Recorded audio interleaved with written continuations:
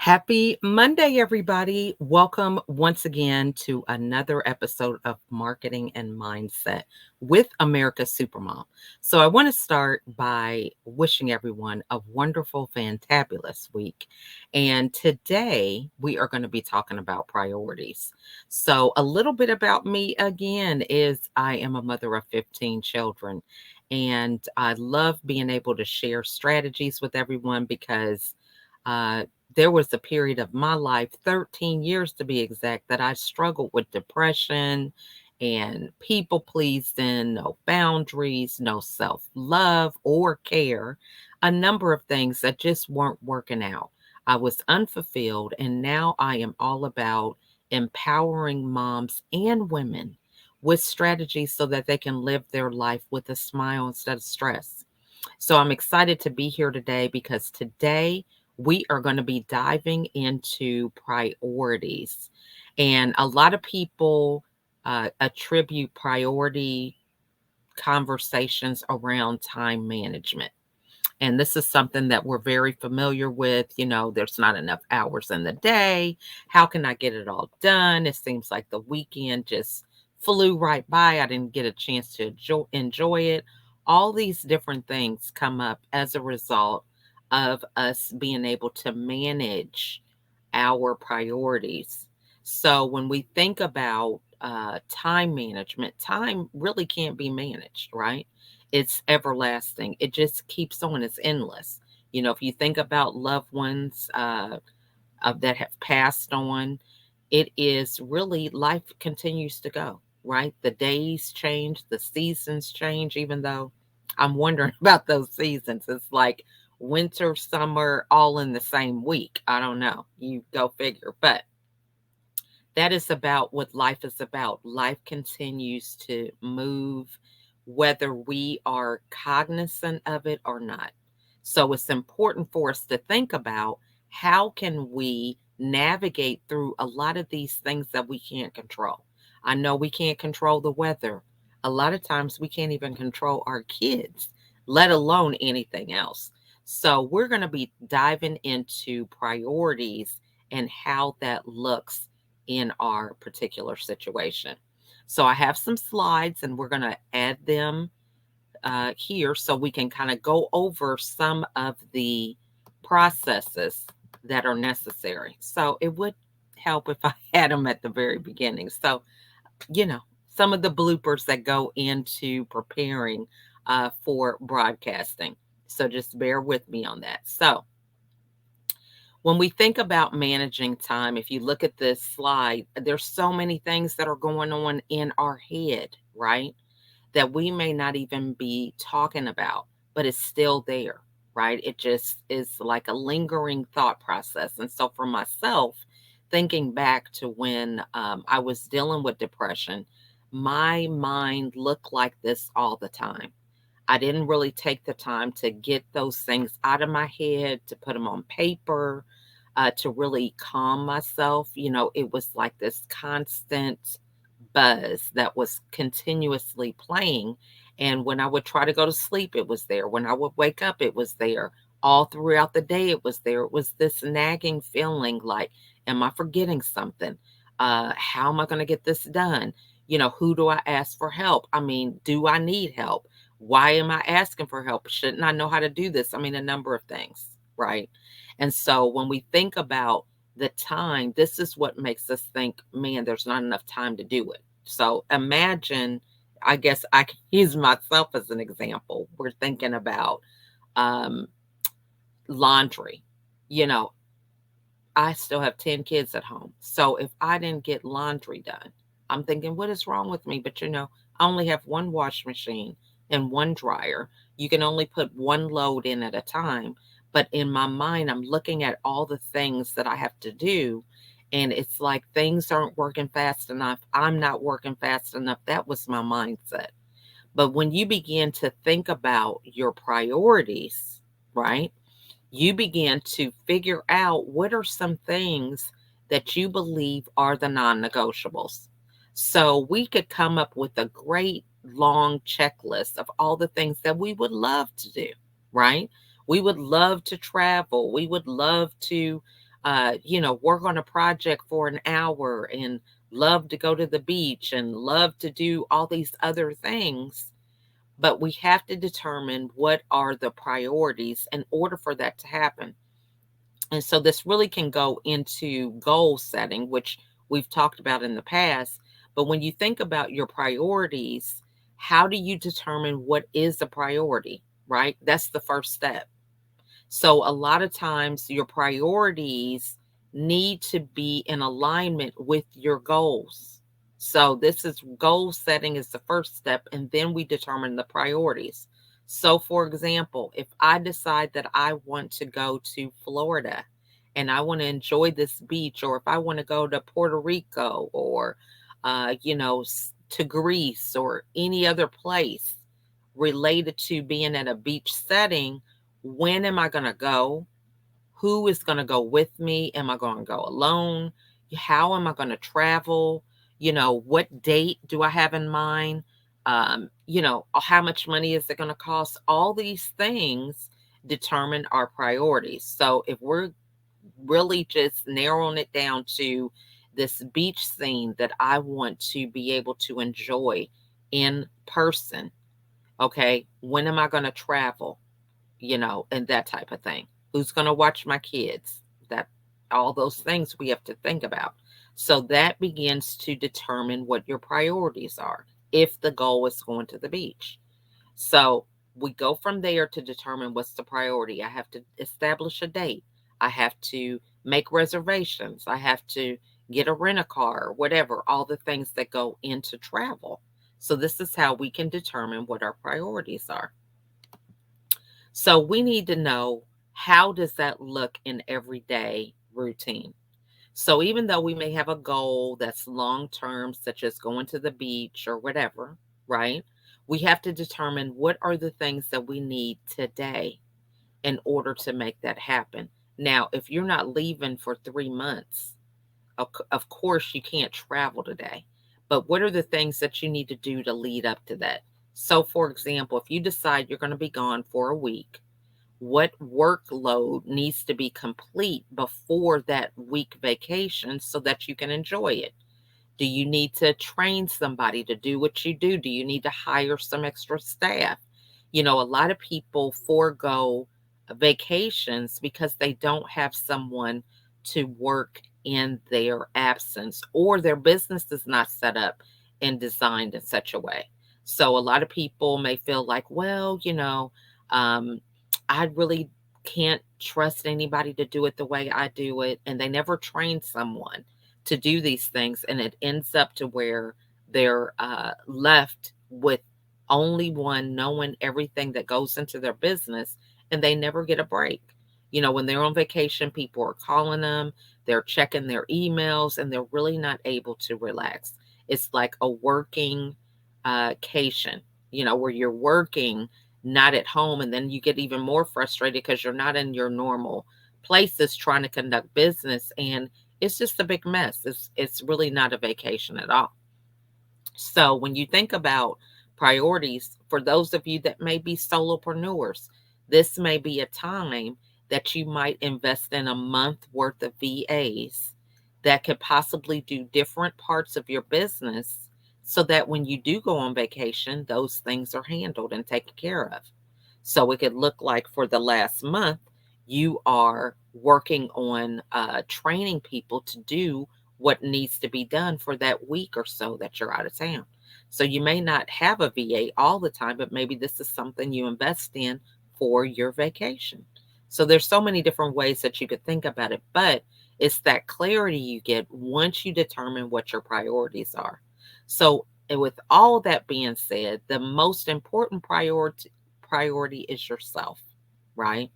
It is making sure that your cup is full every morning with everything that you do. So you have to make yourself a priority because you want to be at your optimal performance. Now, are we going to have things that are outside of our control? Yes. So for example, we think about pandemic. And I can bring this up forever because it's like we're still in this thing forever, right? So, pandemic, children doing what they want to do sometimes, your job, whatever the situation may be, you're not the owner. So maybe you work somewhere and, you are led to the devices of whatever happens, right? The economy, all these different things are outside of our control. So we have to prioritize for how are we going to show up in face of those uncontrollables. So we have to make ourselves a priority.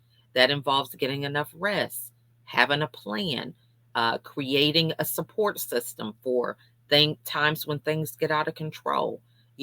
Relaxation, exercise, all these things we have to make a priority. Then you think about your family if you have that. And then it's business, right? These are filling up our cup so that anything that we have in excess, we're able to roll over into other areas of our life. Now, one of the things about priorities is the importance of setting boundaries. So when you think about things that you want to accomplish, for example, we're going back to the beach vacation. If you want to go to the beach, you're going to have to set boundaries around protecting that particular goal until you complete it. So, what that may look like is, well, I'm not going to be going out, because instead of going out, I'm going to get a VA. I'm not going to be getting coffee, eating fast food for a month. That money I'm going to invest into a VA who can help me with my business.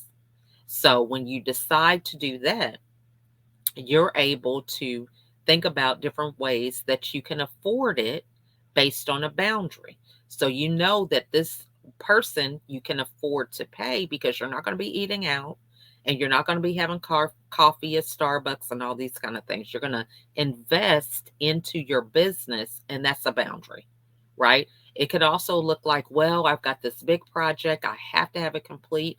So that is minimizing your free time. So maybe you used to binge watch on Netflix on the weekends or whatever, but for the next 30 days, you have to forego that so that you can go on a vacation, right? So that boundary is I don't have a lot of just unaccounted for idle time. So now you're going to be purposeful with the things that you're doing when it comes to your time, right? So this is what that looks like when it comes to, well, I can't binge watch, or I'm going to do that after I complete my day's activities for an hour before I go to bed.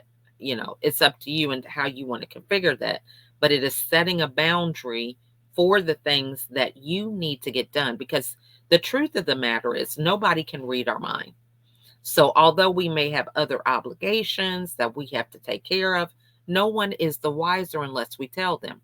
So, all we have to do is instill a boundary that we can follow and we can educate other people in the process. So, if I am not drinking coffee, no one is going to know if I'm not drinking coffee unless I say. So they begin to offer, hey, can we meet for coffee? I would love to meet and have a conversation. However, I'm not a coffee drinker. So do you mind if we meet at the park? Right? A lot of times we get into this routine, we make it harder for ourselves because we don't really educate other people about other places we can meet. And we just keep on into the same cycle. We're trying to do something different, but it ends up with the same outcome because we keep doing the same things. So that's setting boundaries. The next thing is connecting with the community that helps you. And this has been a game changer. There's this app called Clubhouse, and I have a club called the Elephant Strategy Club. And one of the things that we're working on now is the 75 Love Challenge. And that is a list of different things that we're doing daily in order to be better versions of ourselves over a period of 75 days. And the love stands for leading ourselves victoriously every day. So, with this challenge, we're getting out of our comfort zone with exercise, drinking more water, reading nonfiction books daily, following our diet. It's really 5 different things that we are really working on habitually every day with intention in order for us to accomplish the overall better health and wellness. So, with that being said, this is possible when we connect with people to get that added accountability.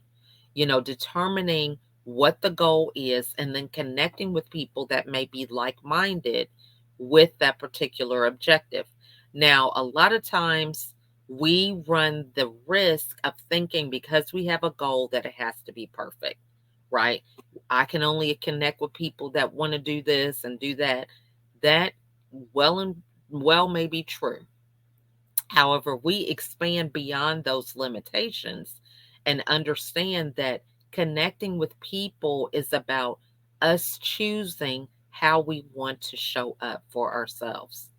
And when you decide to show up, there are times that things are going to happen outside of your control. What would happen if you were on this challenge and you decided you wanted to follow a certain diet and one day you ate something different, right? We can't be in a position to where we beat ourselves up. We just admit it and we decide from that point, am I going to quit? Am I going to just stop this challenge or am I going to keep moving? Right? Am I going to get out of my own way? Because a lot of us make mistakes. And one of the biggest mistakes we make is to set ourselves up with the mindset of thinking for perfection rather than progress. So I want to say that again, thinking of perfection rather than progress. So we need to think about, where are we headed? When you first learned how to ride a bike, you didn't fall and say, I quit riding a bike. You got up, you got back on that bike again, and you kept riding and kept riding till eventually you got it. And so this is how we have to be with a lot of our goals. They may not happen on the first time. And a lot of times we set a goal with a certain roadmap out of our ignorance. But it's through the experience of taking action that we learn that may not be the best course. We start asking different questions because we're being active, right? So if I was to say, oh, I need some pointers on how to do a video, what do I do when comments start coming up? You're not going to know any of those questions to ask if you're not doing it, right? A lot more questions. How do I know if my lighting's right? What about my microphone? All these things start happening and questions come up when you take action.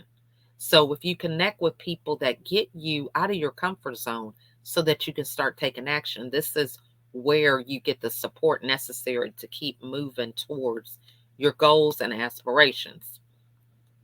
So, with that community and that particular mindset, because we're talking about mindset here, is opening up your eyes to see how you can delegate. Now, this was a game changer for me. I believe I saw a quote on something on social media. I don't know if it's Instagram or Facebook, but it said delegation is allowing other people to shine.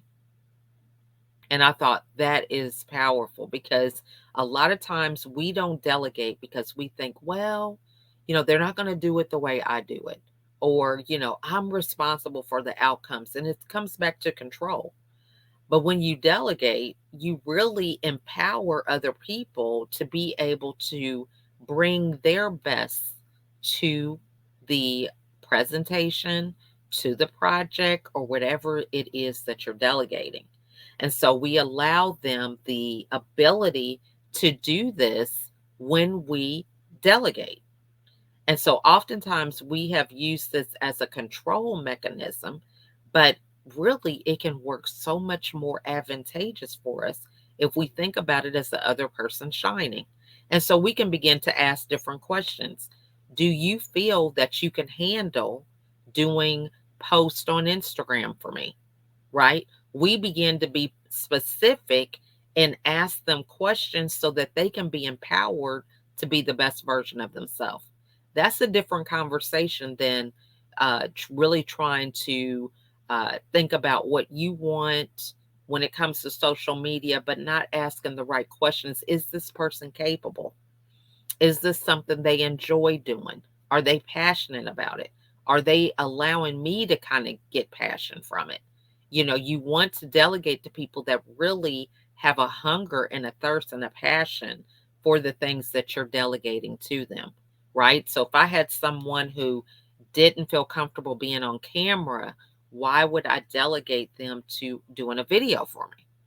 Right? A lot of these things, we don't ask the right questions and then we get frustrated later on But if we had just simply asked the right questions from the beginning, we would be a lot further along and the delegation would be a lot more successful.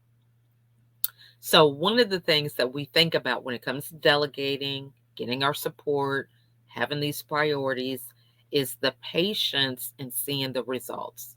Now, this is really key when it comes to lead generation, you know, certain aspects of your business that are behind the scenes that other people don't know. So, maybe it is creating content, your social media content calendar, for example. You know, you may have 30 days worth of posts, but it's still going to be patience for people to connect with those posts. So even though you've done your work behind the scenes and you know what you're going to share with your audience and all these different things, it's still going to take time before the results take place.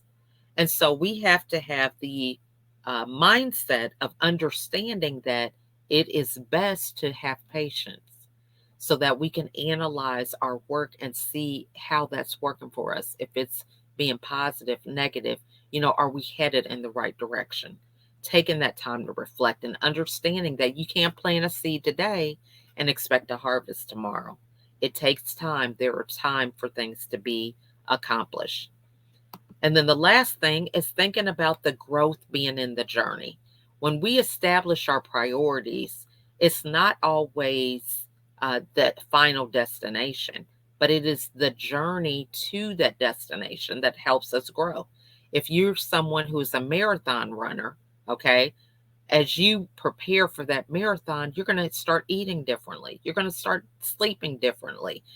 You may have a different routine when it comes to how you mentally prepare yourself for the marathon. That may look like listening to podcasts, reading more books, and what have you. So, as you think about all these different things that you're going to be taking part in, you're going to be changing. You're not going to be that same person you were when you first started on the journey of doing a marathon. And so this is the thing that we want to remember because it's that growth that we can transfer to our next goal as we continue to grow in this journey of being better versions of ourselves. So that concludes our conversation about priorities. And I challenge you all to think about what are your goals? And what are the priorities that you need to have in place in order for you to accomplish those goals? If you have any questions with any of the things that were mentioned in the slides or something that I said resonated with you, please feel free to put that in the comments or simply reach out to me. I would love to be able to have a conversation and strategize on ways that you can be your best version of you. This is not a situation where we're competing because I don't know what your life looks like. I don't know what your perspectives are, what your dreams, goals, and aspirations, your skills. And so a lot of times it's very important to kind of get with people, bounce those ideas off of one another so that you can continue to move forward in a way that serves you and helps you to be a better version of you. So, thank you guys so much for watching, and I will see you all next week on the next episode. Bye for now.